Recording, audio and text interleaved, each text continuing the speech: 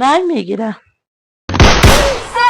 A misali a ce ke ce kika yi mafarki kika zaki ya biyo ki a daji. What?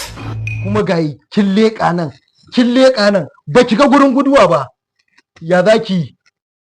Wallahi mai gida tsugunnawa kawai zan yi kashi abuna. Kashi zaki? Wallahi ashe ni jarumin gaske ne. Ai ni da naga zakin fitsari kawai ne a mafarki. Wallahi fitsari ne. Gidan zuba ruwa ta gun. To da kai ka zo ka min fitsari a katifa ka zo ka ce wanke wallahi tallahi za yi masifa a gidan ga sai dai ka zo ka tattara shi ka wanke.